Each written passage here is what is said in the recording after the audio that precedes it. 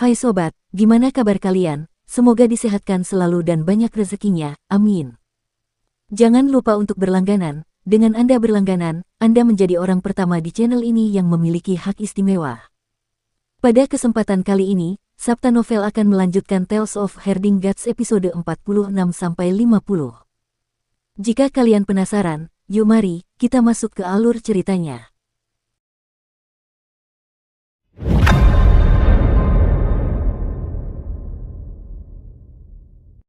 Kinmu mengulurkan tangannya untuk mengambil satu dan menggigitnya dengan hati-hati. Rasanya pedas, lebih pedas dari alkohol kuat milik Bacer. Di perutnya, ada rasa terbakar, menyebabkan ki vitalnya aktif secara tidak normal. Saat mengalirkan ki vitalnya, dia benar-benar merasakan energi obat yang mirip dengan pil penguat vitalitas yang dapat meningkatkan kultivasi ki vitalnya, akan tetapi efeknya tidak sebesar pil penguat vitalitas.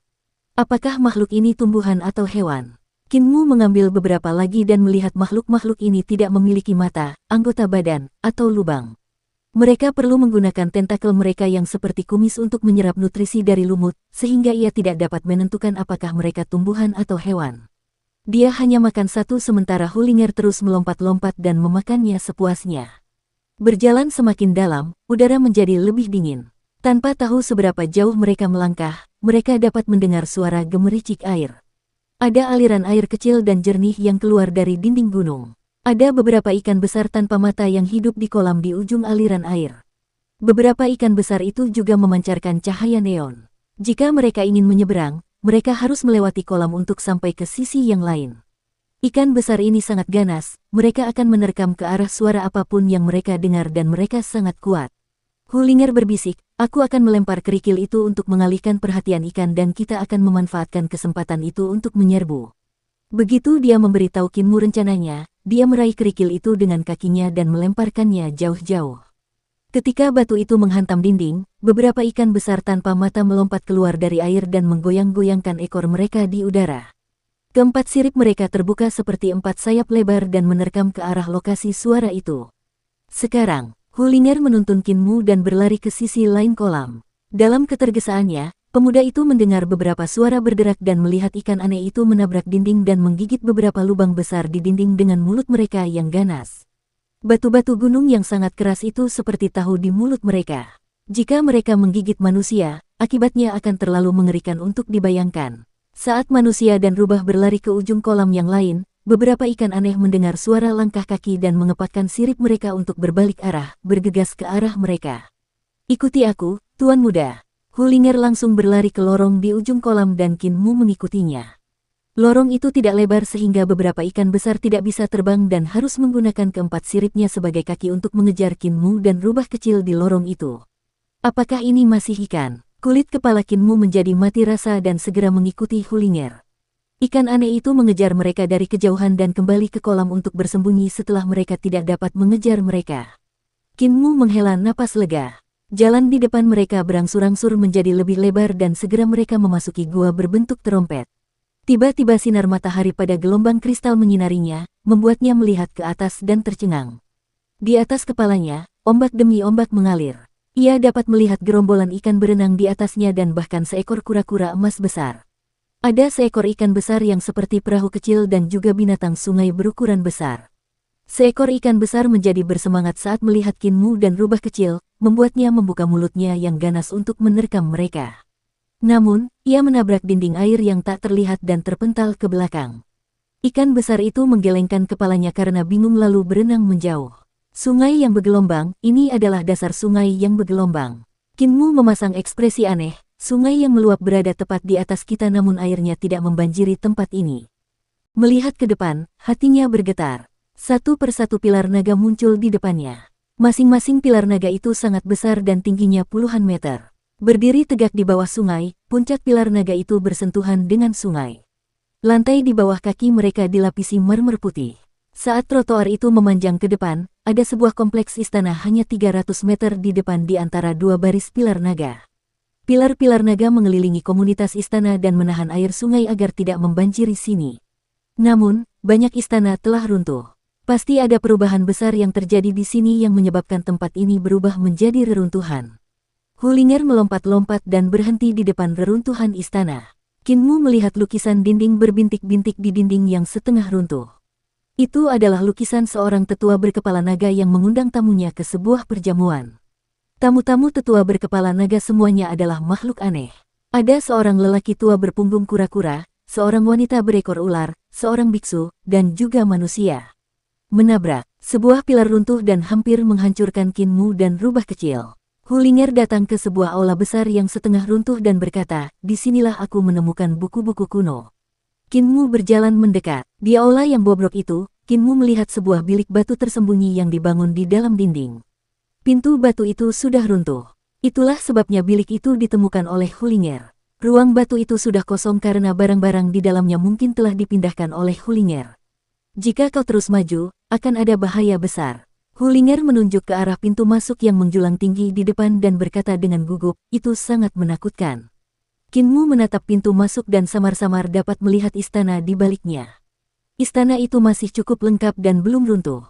Namun, yang aneh adalah tampaknya ada kabut tebal yang menutupi apa yang ada di dalamnya, sehingga Kinmu tidak dapat melihat dengan jelas apa yang ada di dalamnya. Ia hanya dapat merasakan bahwa istana itu mengambang di dalam kabut namun samar-samar dapat terlihat. Ada orang yang menakutkan di dalam. Suara Hulinger bergetar dan berkata, "Begitu kau mencapai pintu, kau akan bisa merasakan auranya, lalu kau akan gemetar dan tidak bisa berdiri." Kinmu melangkah maju dan Hulinger memberanikan diri untuk mengikutinya. Ketika mereka sampai di ambang pintu, Kinmu bisa merasakan atmosfer mengerikan yang sangat kuat menghantam wajahnya, membuatnya menggigil ketakutan. Setengah langit tertutup awan gelap di hari yang cerah tepat di depannya dan di antara awan hitam pekat itu, ada seekor binatang buas yang sangat besar menatapnya. Ilahi, bermartabat, kekuatannya tak tertandingi. Pada saat yang sama, itu adalah binatang buas dan jahat. Inilah bahaya besar yang dibicarakan Hulinger. Kinmu menarik napas dalam-dalam dan menenangkan diri. Semangatnya pun kembali normal. Mata surga, bangunlah. Formasi Ki vital bersilangan di matanya dan menciptakan lapisan tanda pupil saat dia melihat kabut tebal di balik pintu. Di sampingnya, tubuh rubah putih sudah melemah dan jatuh ke lantai dengan perutnya menempel di lantai. Dengan susah payah, dia menggerakkan tubuhnya perlahan kembali ke arah asal mereka. Kinmu mengangkat rubah putih yang lemas itu, "Jangan pegang aku, jantungku berdebar sangat kencang, aku akan mati." "Kau tidak akan mati, semua yang ada di istana naga ini sudah mati." Kinmu tertawa, "Coba tebak apa yang kulihat." Hulinger tidak menjawab dan melambaikan anggota tubuhnya di udara. Ekornya juga bergoyang ke kiri dan ke kanan, seolah-olah berusaha merangkak pergi, tidak mau tinggal di sana bahkan untuk sesaat. Kinmu tertawa, "Aku melihat Raja Naga Sungai yang bergelombang." Ah, rubah putih kecil itu tersentak dan pingsan, anggota tubuhnya menjadi lurus dan kaku. Kinmu menunggu sejenak dan rubah putih kecil itu diam-diam membuka salah satu matanya untuk melihat sekeliling. Kinmu menggodanya lagi, "Raja Naga Sungai yang bergelombang." Anggota tubuh Hulinger menjadi kaku dan dia menutup matanya lagi. Raja Naga Sungai bergelombang telah mati. Kinmu tidak tahu apakah harus tertawa atau menangis. Hanya tulang-tulangnya yang tersisa. Siapa yang tahu sudah berapa lama Raja Naga itu mati? Aku berhasil melihat tulang-tulang naganya di tengah kabut. Hulinger segera membuka matanya, "Sudah mati." Kinmu menganggukkan kepalanya, "Kali ini kamu akhirnya bisa tenang. Ikut aku masuk." Hulinger segera menggelengkan kepalanya dan Kinmu hanya bisa menurunkannya tanpa daya. Namun melihat rubah putih itu terus merangkak keluar dengan lemah dengan perutnya di lantai, Kinmu mengangkatnya lagi dan meletakkannya di bahunya. Berjalan menuju pintu, rubah putih itu sangat gugup. Dengan bulu-bulunya berdiri tegak, cakarnya mencengkeram bahu Kinmu dengan erat dan matanya yang penuh ketakutan menatap lebar ke depan, tidak berani bergerak sedikit pun. Saat Kinmu berjalan menembus kabut, Hulinger mencengkeramnya semakin erat dan ekornya yang berbulu menjadi sangat kaku. Setelah bertahun-tahun, kabut tebal itu tidak menghilang sama sekali. Namun yang aneh adalah Kinmu tidak bisa merasakan kelembapan apapun saat berjalan di dalam kabut. Dia hanya bisa melihat tetesan air yang mengambang di dalam kabut, tenang dan tidak bergerak. Dia kemudian melihat banyak batu giok yang pecah melayang di langit dan selain itu, ada juga potongan-potongan senjata roh, tulang-tulang yang patah, semuanya mengambang tanpa suara, seolah-olah tidak ada sedikit pun beban. Ketika dia berada di ambang pintu, dia hanya melihat tulang-tulang naga dan tidak melihat benda-benda lainnya. Pasti ada pertempuran sengit di sini, bahkan kerangka dan senjata roh para ahli hancur. Apa sebenarnya yang terjadi di sini? Apakah itu terjadi sebelum bencana reruntuhan besar atau sesudahnya? Kinmu tiba-tiba merasakan sakit yang tajam di kulit kepalanya. Hulinger lah yang ketakutan setengah mati oleh tengkorak yang mengambang dan melompat ke kepalanya sambil mencengkeram kulit kepalanya dengan erat, tubuhnya melengkung karena ketakutan. Rubah putih itu gemetar ketakutan, membuat kulit kepala Kinmu pun gemetar. Naga, rubah putih menjerit dan menukik turun dari kepala Kinmu, menempel di punggungnya. Dengan anggota tubuhnya menempel di pinggang Kinmu, Kinmu tampak seperti sedang membawa ransel bulu putih. Di hadapan mereka, seekor naga besar berputar mengelilingi istana megah itu, kepala naganya yang besar terletak tinggi di atas aula besar, menatap lurus ke arah mereka. Ini adalah kerangka naga. Daging naga besar itu telah hilang dan hanya tersisa kerangkanya. Hanya giginya saja, dia jauh lebih tinggi dari Kinmu. Meskipun naga besar itu telah mati, kekuatan dan kelebihannya masih terlihat. Pastilah ia adalah makhluk yang sangat kuat di masa hidupnya. Kinmu membuka mata langitnya untuk melihat dan dia langsung merasa seolah-olah kerangka naga itu hidup kembali. Dengan cahaya ilahi yang menembus langit, naga besar itu tampak meliuk-liuk di matanya. Naga besar itu jelas sudah mati tetapi sikap dan keberaniannya membuatnya merasa bahwa naga besar itu masih hidup. Raja Naga Sungai yang bergelombang, seekor naga sejati. Kinmu menatap naga besar itu dan hatinya bergetar. Ia teringat akan jurus tinju yang diajarkan Matua kepadanya, badai 9 naga dengan 8 pukulan petir. Energi vital badai 9 naga terbagi menjadi 9 lapisan kekuatan. Lapisan pertama adalah serbuan naga yang mengamuk, lapisan kedua adalah putaran naga kembar. Dengan setiap lapisan kekuatan naga tambahan akan muncul. Melatih tinjunya sejak muda dengan Oldma, dia telah berlatih gerakan ini berkali-kali tetapi dia selalu tidak dapat memahami esensi dari keterampilan ini. Dengan peningkatan kultivasinya baru-baru ini, dia kemudian berhasil meningkatkan kekuatan Tempest of the Nine Dragons. Namun, ketika dia bertarung dengan Ming Xin, dia masih dalam posisi yang kurang menguntungkan. Hal ini bisa jadi terjadi karena dia tidak mengolah kitab suci Mahayana Rulai dari biara petir besar, tetapi juga karena kekuatan 9 naga di tinjunya hanya tampak seperti naga. Jika bentuknya seperti naga, bukan berarti itu naga. Penampakannya mungkin ada, tetapi kekuatannya tidak, jadi wajar saja kalau disentuh, naga itu akan hancur. Kalau saja kekuatan di tinjunya adalah naga sungguhan, sekalipun dia tidak mempelajari kitab Mahayana Rulai, badai 9 naga miliknya juga akan menjadi ajaran sejati. Ini karena badai 9 naga juga meniru dorongan naga sungguhan yang mengendalikan badai. Di tengah badai besar, naga-naga suci membantai musuh-musuhnya. Jika dia berhasil meraih esensi ini, dia tidak perlu mempelajari kitab suci Mahayana Rulai. Badai 9 naga, badai 9 naga. Sambil mengamati kerangka naga itu, Kinmu tanpa sadar melangkah maju. Di matanya, yang ada hanya kerangka naga itu, sambil mengamati bentuk naga itu, struktur tulangnya, kekuatan naga itu, keanggunan naga itu, dan memahami aura serta jiwa naga itu. Ia semakin tenggelam dalam kondisi tak sadarnya saat ia semakin mengamati naga itu. Saat ia bergerak maju, ia mulai membuat gerakan aneh dengan lengan dan tubuhnya, secara tidak sadar meniru tindakan naga sungguhan. Ki vital ini juga tanpa disadari berenang ke seluruh tubuhnya seperti naga sungguhan, menyempurnakan bagian-bagiannya dalam setiap sirkulasi. Dalam harta karun ilahi embrio rohnya juga meniru gerakannya saat menghirup dan mengembuskan ki vital. Sesuatu yang ajaib terjadi. Ki vital yang dihembuskannya tidak memasuki tubuh Kinmu dan malah berenang di sekitar tubuh embrio roh, berubah menjadi seekor naga kecil. Saat ki vital yang dihembuskan meningkat, naga kecil itu perlahan-lahan tumbuh dan menjadi setinggi manusia sambil melingkari embrio roh. Hulinger awalnya merasa takut, tetapi seiring berjalannya waktu, rasa takut di hatinya berkurang dan dia tidak takut lagi. Namun, saat Kinmu mengamati kerangka naga itu, dia juga benar-benar melupakannya. Setelah beberapa saat, perut Hulinger mulai berbunyi dan dengan hati-hati turun dari punggung Kinmu. Dia berjingkat-jingkat keluar dari istana naga bawah air bukan karena dia takut mengganggu Kinmu, tetapi karena dia takut akan membuat kerangka naga itu khawatir jika dia terlalu berisik. Setelah 1 jam, rubah putih itu kembali dari luar sambil memegang karung. Di dalam karung itu, ada banyak sekali makhluk aneh seperti bunga dan delayan.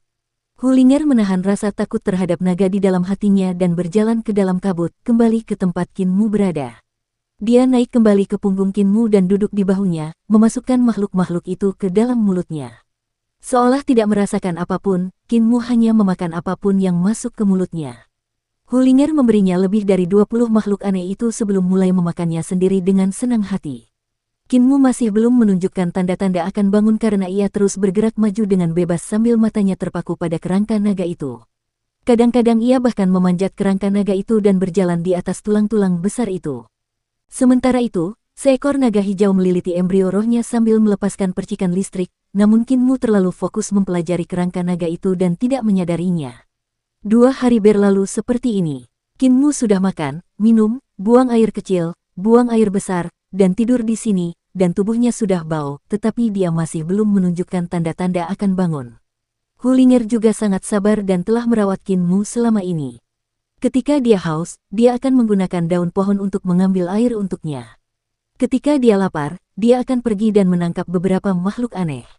Namun, untuk menangkap mereka, dia harus melewati kolam dan berhati-hati agar tidak dimakan oleh ikan aneh itu. Beruntung baginya, dia cukup pintar dan tidak terpeleset. Dan tentu saja, saat Qin Mu buang air besar, dia masih akan menjauh. Saat hari ketiga tiba, Hulinger sedang mengambil air ketika dia tiba-tiba mendengar suara Qin Mu yang terkejut, "Mengapa aku begitu kotor?" Hulinger terkejut dan terperanjat lalu menjawabnya dengan terus terang, "Aneh rasanya kalau kamu tidak kotor setelah berdiri di sini selama 3 hari. Sudah 3 hari. Qin Mu terkejut dan berteriak, "Ini buruk. Orang-orang di desa pasti akan sangat khawatir jika aku tidak kembali setelah 3 hari.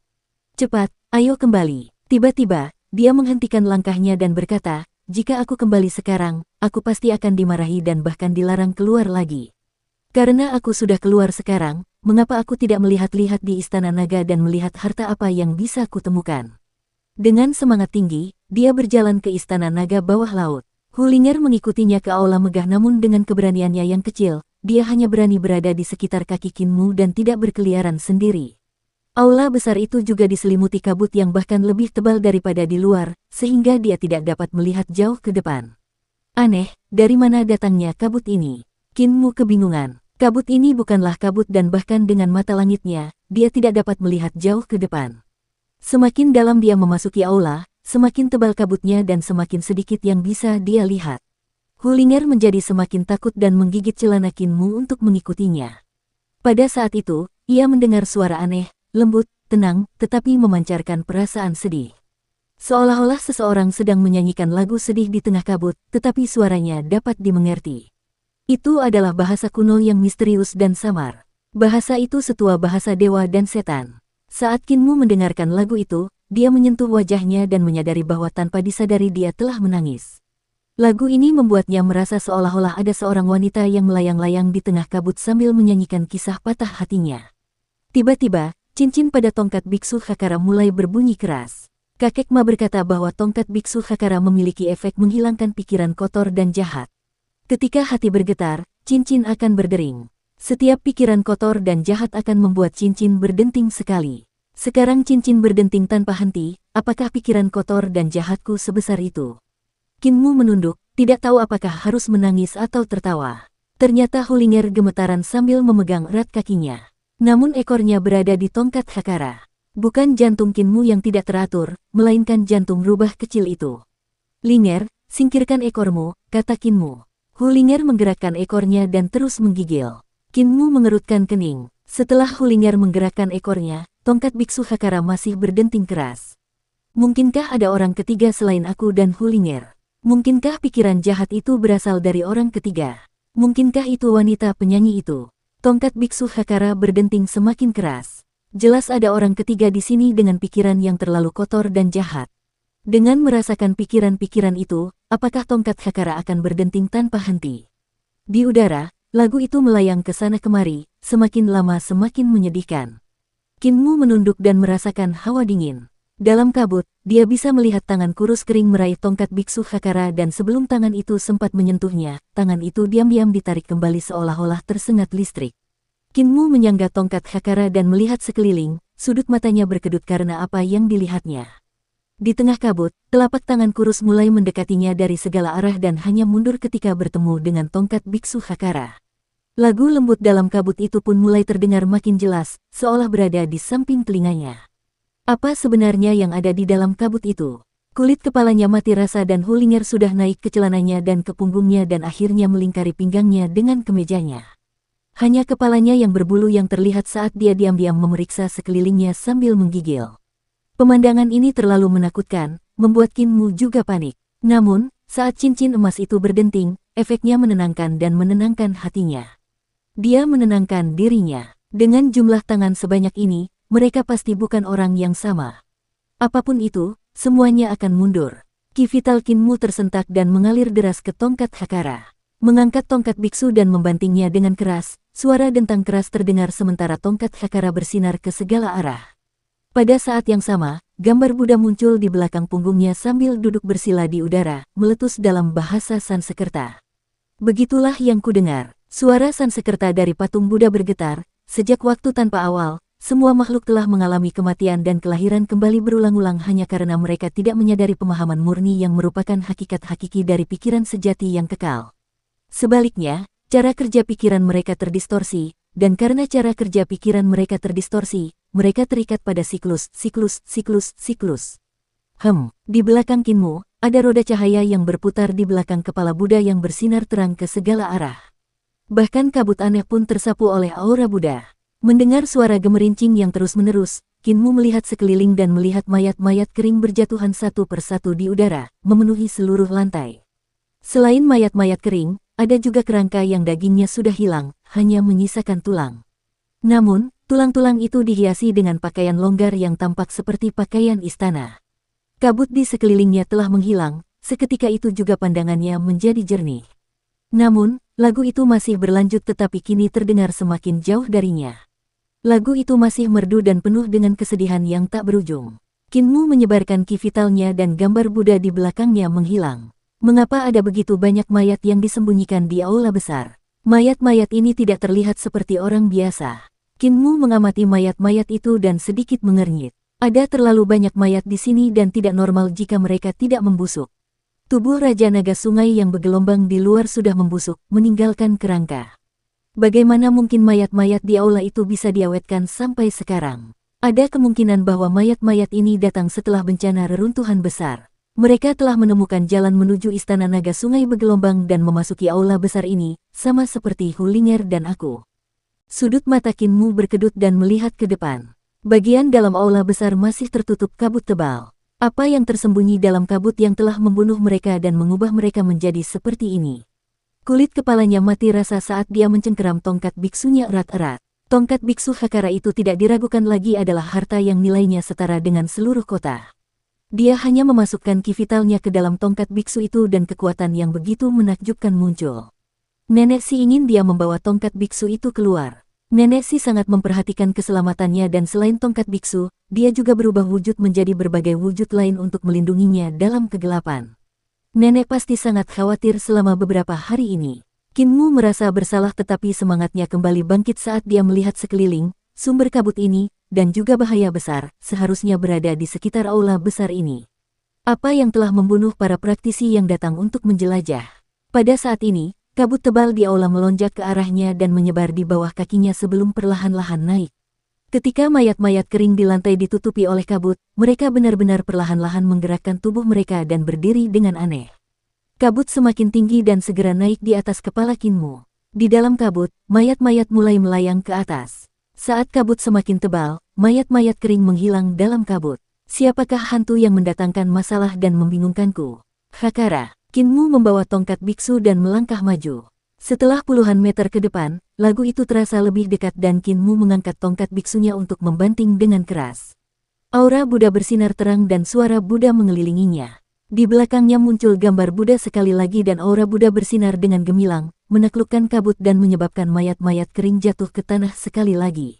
Biksu kecil, sebuah suara yang menusuk tulang tiba-tiba bergema di aula, namun, suara itu hanya mengatakan satu kalimat, membuat Kinmu dan Rubah kecil curiga bahwa mereka salah dengar. Kinmu akhirnya melihat sumber kabut yang keluar dari patung es di Istana Naga. Akhirnya dia berjalan mendekat dan melihat seekor naga muda berbaring diam di dalamnya. Ada pedang patah yang tertusuk di dadanya, menusuk jantungnya. Di antara pilar-pilar naga di aula besar, ada seekor naga hijau besar yang berenang perlahan ke sana kemari. Naga itu tampak tidak memiliki tubuh fisik saat melewati pilar-pilar naga itu. Lagu itu datangnya dari sang naga hijau dan pandangannya tak pernah lepas dari tubuh naga muda yang membeku itu. Tatapannya penuh dengan kasih sayang dan kesedihan yang lembut, seperti nyanyiannya, tampak patah hati karena anaknya telah meninggalkannya. Ini adalah jiwa naga, jiwa seekor naga. Bisa jadi itu adalah Raja Naga Sungai yang bergelombang atau bisa juga istri Raja Naga Sungai yang bergelombang. Itu adalah seorang ibu dan naga muda yang membeku itu seharusnya adalah anaknya. Dia pasti telah mengalami malapetaka reruntuhan besar sementara anaknya menderita luka pedang yang mematikan. Dia pasti sangat mencintai anaknya sehingga membekukannya saat dia meninggal karena malapetaka itu. Namun, jiwanya masih berkeliaran di aula besar ini, menjaga anaknya yang berharga sambil menyanyikan lagu anak-anak ras naga, berharap untuk membangunkan anaknya suatu hari nanti. Biksu kecil, ke sini. Tiba-tiba, suara itu bergema lagi dan Qin Mu melihat ke arah sumbernya. Selain balok es misterius ini, Qin Mu melihat balok es misterius lain di aula. Balok es misterius ini tersembunyi di balik balok es yang telah menyegel naga muda itu, kedua balok itu saling terkait. Dukung terus channel YouTube Sabta Novel. Di dalam balok es ini, seorang tetua alis putih dengan pakaian ungu disegel di dalamnya. Pakaian yang dikenakan tetua itu seharusnya adalah jubah resmi yang merupakan jubah senja yang disulam dengan 9 ornamen. Di pinggangnya tergantung liontin emas dan giok serta pedang. Di kepalanya ada mahkota kekaisaran berumbai 9 sementara dia berpose mencabuti bulu. Dengan spanduk hitam di satu tangan, tangannya yang lain masuk ke dalam balok es misterius lainnya dan meraih manik hijau seukuran telur. Dia tidak tahu apa itu manik hijau, tetapi manik hijau itu mempunyai seekor naga hijau kecil melingkar di dalamnya. Apakah manik-manik inilah yang membekukan lelaki tua itu? Qin Mu mengedipkan matanya dan melangkah maju untuk memeriksa dengan saksama tetua yang membeku di dalam es, lalu menemukan keanehan. Saat tubuhnya bergerak, mata tetua di dalam es itu ternyata juga ikut bergerak. Suara itu memang miliknya. Qin Mu sedikit takut dan menoleh untuk melihat mayat-mayat kering di tanah, langsung memikirkan suatu kemungkinan. Tetua di dalam es seharusnya adalah orang pertama yang menemukan istana naga sungai bergelombang. Ketika dia menemukan manik-manik ini di dalam es dan ingin mengambil manik-manik itu, dia membeku di tempat.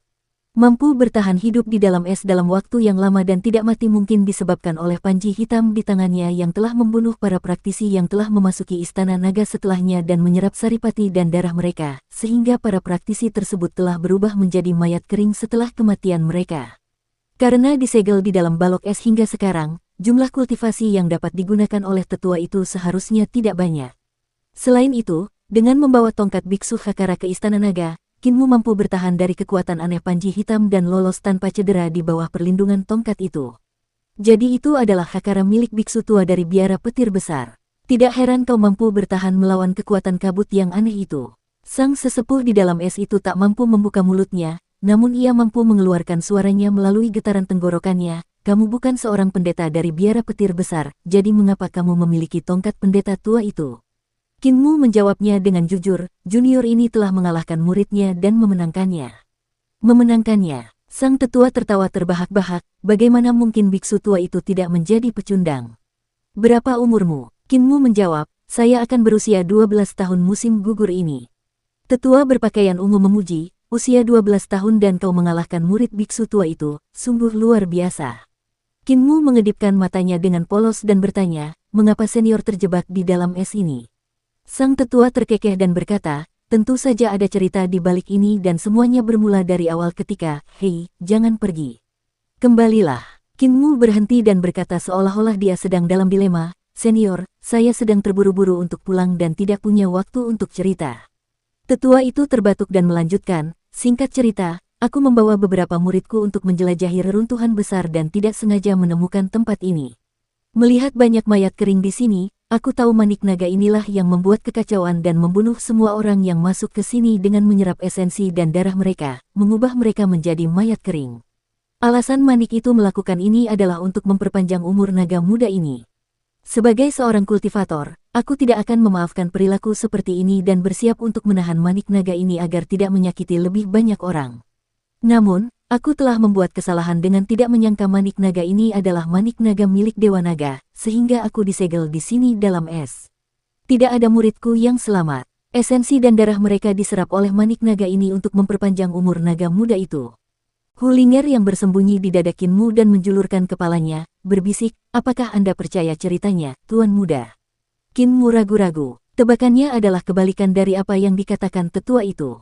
Cerita tetua itu adalah bahwa induk naga telah menggunakan manik-manik naga untuk menyakiti orang-orang dengan menyerap esensi dan darah mereka untuk menyelamatkan anaknya dengan memperpanjang hidupnya. Lebih jauh, Tetua itu adalah orang benar yang tertipu oleh manik-manik naga. Sedangkan dugaan Kinmu adalah bahwa sesepuh itu disegel oleh es dan untuk memperpanjang hidupnya sendiri, dia telah menggunakan seni jahat untuk menyerap esensi dan darah para praktisi di sini. Kinmu tidak dapat menyangkal bahwa tebakannya dan cerita tetua itu bisa saja benar, tetapi manakah skenario yang sebenarnya?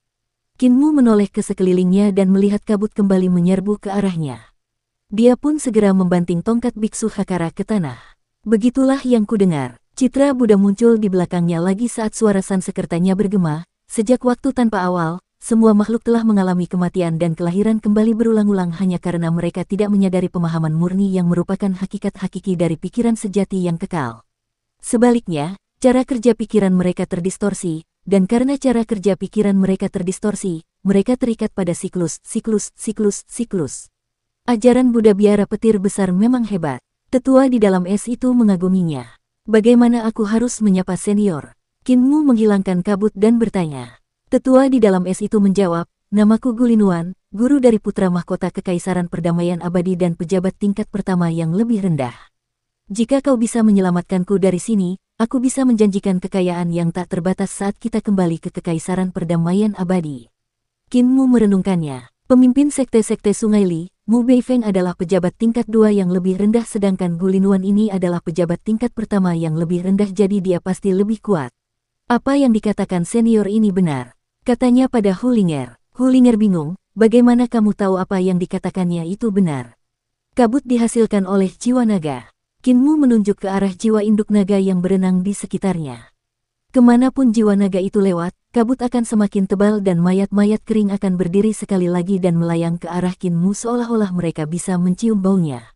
Kabut semacam ini bisa membuat mayat-mayat kering ini menjadi tidak mati atau hidup. Ini adalah metode yang digunakan untuk melindungi putranya dan juga untuk melindungi aula besar ini. Kinmu menganalisis. Hulinger juga menyadari hal ini. Begitu kabut yang disemburkan jiwa naga itu menghilang, mayat-mayat kering itu akan berhenti bergerak dan jatuh kembali ke tanah. Ketika kabut menyelimuti tubuh-tubuh itu sekali lagi, mayat-mayat kering itu akan hidup kembali dan mencoba menyerang siapapun yang ada di dekatnya. Mayat-mayat kering itu seperti penjaga aula besar ini, untuk mencegah orang-orang mencuri manik-manik naga dan mengganggu penyembuhan naga muda itu.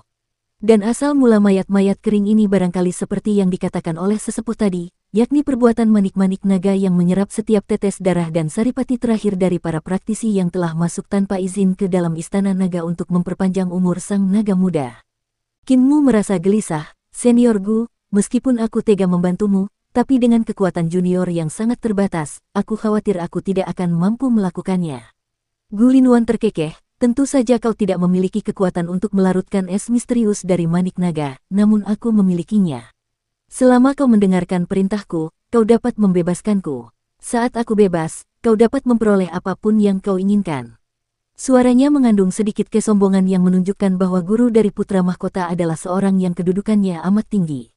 Aku mungkin telah terperangkap dalam es misterius ini, tetapi kultivasiku masih ada di sini, jadi es itu belum bisa membekukanku sampai mati. Gulinuan melanjutkan, aku akan menggunakan sisa kultivasiku untuk mengeluarkan pedangku dari es. Dengan pedang itu, kau akan membunuh jiwa induk naga. Begitu jiwanya terbunuh, manik naga itu tidak akan bisa lagi menjebakku. Saat aku bebas, aku bahkan bisa menghadiahimu dengan manik naga ini. Kinmu terlonjak kaget dan berteriak, bunuh jiwa induk naga. Senior, junior baru saja berkultivasi ke alam embrio roh dan merupakan praktisi yang lemah. Bagaimana aku bisa membunuh jiwa induk naga? Gulinuan tertawa dingin, tentu saja kau tidak bisa, tetapi dengan pedangku, kau bisa. Pedangku bukanlah senjata biasa dan juga bukan barang rongsokan yang kau bawa di punggungmu. Pedang ini adalah pedang peringkat pertama dari keluarga kekaisaran. Pedang ini ditempa oleh harta karun dan pandai besi terbaik yang dikumpulkan oleh Kekaisaran Perdamaian Abadi. Total ada 16 pejabat peringkat pertama dan jadi total ada 16 pedang seperti itu. Setiap pedang memiliki nama sendiri dan pedangku disebut pedang pelindung junior. Kinmu ragu sejenak, bagaimana pedang ini jika dibandingkan dengan tongkat biksu di tanganku? Gulinuan mencibir, tongkat biksu Hakara milik biksu tua itu memang bagus dan biara petir besar juga merupakan salah satu sekte besar yang terkenal dan langka di dunia ini. Namun, bagaimana harta karun yang ditempa oleh kekuatan sekte dapat dibandingkan dengan harta karun yang ditempa oleh kekuatan kekaisaran? Di Kekaisaran Perdamaian Abadi, bahkan ada 2 hingga 3 sekte besar seperti biara petir besar. Hati Qin Mu bergetar. Dia juga sedikit bingung dan bertanya, karena senior memiliki harta karun semacam ini, mengapa kamu tidak membunuh jiwa ibu naga? Gu Linwan terdiam dan akhirnya berkata setelah beberapa saat, awalnya aku tidak memikirkan hal yang krusial dan hanya berpikir tentang menghilangkan bahaya tersembunyi dari manik-manik naga untuk generasi mendatang kita. Namun dalam kecerobohanku aku telah jatuh ke dalam perangkap ini dan sebelum aku menyadarinya aku tidak dapat melepaskan diri dari es. Sudah terlambat. Setelah disegel, aku hanya bisa berpegangan pada ki vitalku untuk mencegah diriku mati beku karena es misterius itu. Bahkan jika aku ingin mengendalikan pedangku, aku tidak bisa melakukannya dalam keadaan lemahku lagi. Tahukah kau sudah berapa lama aku disegel di sini? Gu Linwan menghela napas, 200 tahun penuh. Selama 200 tahun, aku telah disegel di sini. Sangat sulit bagiku untuk memperpanjang hidupku sampai sekarang. Qin Mu bersimpati dengan keadaannya dan berkata, jika aku disegel dalam es selama 200 tahun, aku pasti sudah gila. Sungguh luar biasa bagi senior untuk bertahan sampai sekarang. Gu Linwan menghela napas lagi, untunglah kau datang. Aku akan menggunakan ki vitalku yang tersisa untuk mengeluarkan pedang pelindung juniorku dari es misterius itu. Bunuh jiwa ibu naga itu untukku dan bebaskan aku. Qin Mu menganggukkan kepalanya dan berkata dengan hormat, junior akan melakukan yang terbaik. Gu Linwan mengumpulkan sisa ki vitalnya dan pedang di pinggangnya mulai bergerak, namun sangat lambat. Setelah 2 jam, gagang pedang itu hampir tidak terlihat. Setelah beberapa waktu, seluruh gagang pedang terungkap, namun sarung pedang masih membeku oleh es misterius. Gu Linwan tampak lelah dan suaranya serak, ki vitalku hampir habis. Cepat bunuh induk naga itu. Qin Mu mengakuinya dan benang ki vitalnya yang setebal lengan melesat keluar dan menyapu gagang pedang. Dengan suara gesekan, pedang pelindung junior keluar dari sarungnya dan langsung bersinar terang. Mata Qin Mu dan Hu Ling'er terasa sakit seolah-olah cahaya pedang telah melukai mata mereka. Baru setelah beberapa saat mata mereka pulih dan dapat melihat dengan jelas lagi. Apa yang sedang kamu lakukan? Gu Linwan tidak tahu apakah harus tertawa atau menangis ketika dia melihat benang ki vital Qin Mu yang sangat tebal menyapu pedang pelindung juniornya untuk mengejar induk naga namun tidak mampu mendaratkan serangan. Apa yang kau lakukan? Siapa yang memanipulasi pedang sepertimu? Siapa yang mengajarimu teknik pengendalian pedang? Siapa yang mengajarimu keterampilan pedang? Qin Mu berhenti dan menjawab dengan jujur, aku tidak tahu teknik pengendalian pedang, juga tidak tahu keterampilan pedang apapun. Gu Linwan hampir mati karena marah dan kepalanya mulai sakit. Dia kemudian bertanya dengan marah, mengapa kamu membawa-bawa kantong pedang jika kamu tidak tahu teknik pedang atau keterampilan pedang? Qin Mu menjawab dengan malu, kantong pedang ini sangat berat jadi aku membawanya kemana-mana sebagai bentuk latihan. Gu Linwan hampir muntah darah. Keterampilan pedang kasar semacam ini membuatnya ingin melompat keluar dari es misterius itu lebih dari apapun. Baiklah, aku akan mengajarimu teknik pengendalian pedang dengan menggunakan ki untuk memanipulasi pedang dan keterampilan pedang. Dia menahan amarahnya dan melanjutkan, setelah kamu mempelajarinya, kamu akan mampu membunuh ibu naga. Qin Mu menggelengkan kepalanya, aku tidak belajar. Gu Linwan menjadi marah.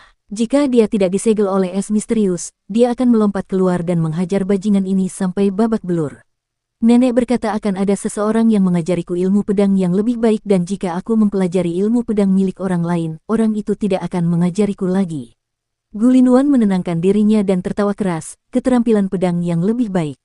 Tahukah kau bahwa keterampilan pedang terbaik di dunia adalah keterampilan pedang Kekaisaran Perdamaian Abadi? Imperial Preceptor telah mengumpulkan semua keterampilan pedang di dunia dan memanggil semua Grandmaster keterampilan pedang di dunia untuk mendirikan keterampilan pedang Kekaisaran Perdamaian Abadi. Bukankah keterampilan pedang terbaik jika didirikan atas kebijaksanaan semua Grandmaster keterampilan pedang? Bukankah keterampilan pedang itu akan melampaui keterampilan pedang yang didirikan oleh para leluhur dari apa yang disebut sekte pedang itu? Apa yang disebut sekte pedang itu pada dasarnya hanya mengikuti jejak leluhur mereka dan tetap terjebak dalam cara-cara lama, berpikir bahwa mereka tak terkalahkan, tidak tahu bahwa mereka sudah jauh tertinggal. Qin Mu menatap kosong. Dia merasa kata-kata Gu Linwan sangat logis dan dia tidak bisa menyangkalnya. Karena insiden dengan sekte Sungai Li, dia tidak mempunyai kesan yang baik terhadap guru kekaisaran tetapi dia tetap terkesan dengan kemurahan hati guru kekaisaran. Memiliki kemurahan hati seperti itu untuk mengabaikan bias sektarian dan perbedaan antar sekte, memungkinkan para Grandmaster ilmu pedang di seluruh dunia untuk menyatukan pikiran mereka untuk menciptakan ilmu pedang yang sama sekali baru. Sulit untuk tidak terkesan oleh orang baik ini. Tidak belajar. Qin Mu menggelengkan kepalanya. Gulinuan ingin sekali memecah kebekuan dan memukul pantat Qin Mu dengan kejam. Setelah semua yang dikatakannya, dia memang pantas dihajar karena tidak mau belajar. Setelah beberapa saat, Gulinuan tiba-tiba tersenyum, "Baiklah, aku tidak akan mengajarimu keterampilan pedang. Aku akan mengajarimu teknik pengendalian pedang. Teknik pengendalian pedang bukanlah keterampilan pedang, jadi itu tidak akan mengganggumu mempelajari keterampilan pedang orang lain." Hati Qin Mu bimbang dan dia mengangguk dengan enggan. "Sepertinya kau bukan keledai yang keras kepala dan tahu apa yang baik untukmu. Teknik pengendalian pedang ini disebut rahasia hati eliksir. Teknik ini mengajarkanmu cara mengendalikan pedang dan tidak mengajarkanmu keterampilan pedang." Roh Gulinuan bergetar dan berkata, "Apa itu jantung ramuan? Ramuan itu murni, batu giok tanpa cacat, pil roh transformasi 9, hati yang sempurna dan indah, begitu murni tanpa kotoran apapun. Teknik pengendalian pedang ini membutuhkan hati yang murni dan polos untuk mengendalikan pedang. Ketika hatimu ada di sana, pedangmu juga akan ada di sana dan akan merugikan jika tidak mengikuti petunjuknya." Ketidakmampuan teknik pengendalian pedang di dunia ini berasal dari berpegang teguh pada tradisi lama. Langkah pertama untuk menumbuhkan hati ramuan, hati sebagai api, tungku di dantian, menggunakan api hati untuk menumbuhkan vitalitas sejati. Dengan tungku sebagai ladang dan api sebagai benih. Menantang Dewa Matahari untuk 10 matahari terbit, menggunakan api suci dari matahari yang menyala-nyala untuk membakar dengan gemilang. Qin Mu segera memusatkan pikirannya untuk menghafal. Teknik pengendalian pedang rahasia hati eliksir sangat mendalam dan benar, bahkan ketika ada nyanyian hafalan, jika tidak ada yang menjelaskan makna mendalamnya, dia tidak akan tahu cara mengolahnya. Gulinuan mengulang seluruh rahasia hati eliksir sekali lagi dan menjelaskan kedalaman kultivasi kata demi kata. Saat dia mendengarkan, jantung Qin Mu berdebar-debar seperti monyet roh yang menjepit telinganya dan menggaruk pipinya. Setelah beberapa saat, Gulinuan selesai menjelaskan rahasia hati eliksir sekali lagi, "Pergilah berlatih dulu sebelum mengendalikan pedang. Jika kamu lambat, akan butuh 10 hari dan 2 hari jika kamu cepat sebelum kamu dapat menggunakan Ki untuk memanipulasi pedang pelindung junior untuk membunuh jiwa naga induk. Rubah kecil di dadamu juga mendapat manfaat bersamamu dan memiliki kesempatan untuk mempelajari teknik pengendalian pedang terbaik di dunia." Qin Mu dipenuhi rasa terima kasih saat menggenggam tangannya dan membungkuk ke tanah. "Terima kasih senior atas ajaranmu. Junior akan mengukirnya dalam ingatanku." Gulinuan tersenyum, "Jika kau tahu rasa terima kasih, maka cepatlah kembangkan dan bunuh jiwa ibu naga. Jika kau punya pertanyaan, jangan ragu untuk bertanya padaku." Qin Mu segera mengeksekusi Secrets of Elixir Heart. Secrets of Elixir Heart mengharuskan seseorang untuk melihat dantian mereka sebagai sebidang ladang. Untuk membajak dantian dan menanam sumber api. Ketika 10 matahari terbit di langit di atas dantian, mereka akan memelihara sumber api dan memperkuatnya, mengubah dantian menjadi tungku yang menyala dengan api suci yang mengamuk. Setelah mencapai keberhasilan kecil, seseorang dapat dianggap menguasai dasar ramuan hati. Ketika hati ramuan mencapai keberhasilan kecil, pedang seseorang akan mengikuti pikirannya ketika mereka mengendalikan pedang, yang memungkinkan hati dan pedang menjadi satu. Mudah diucapkan tetapi sulit dilakukan. Memelihara sumber api menjadi api suci tidaklah mudah dan mengolah jantung ramuan bahkan lebih sulit lagi, oleh karena itu jantung ramuan dibagi menjadi 9 transformasi.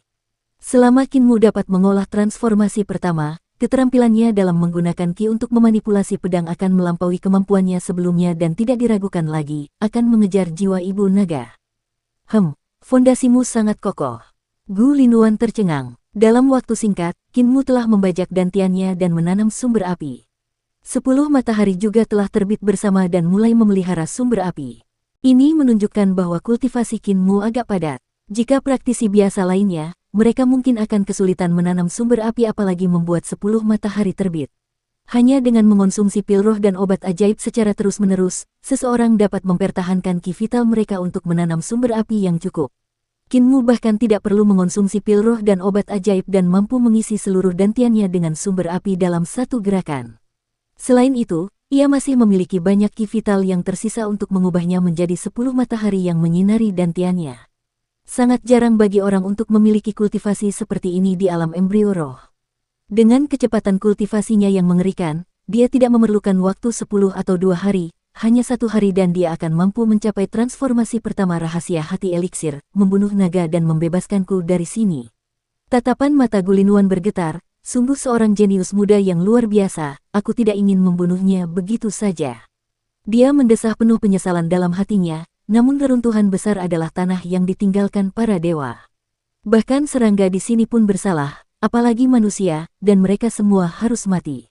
Selain itu, aku juga lapar. Aku belum makan apapun selama 50 tahun terakhir. Waktu yang dibutuhkan Kinmu untuk mencapai transformasi pertama lebih singkat dari yang diperkirakan Gulinuan.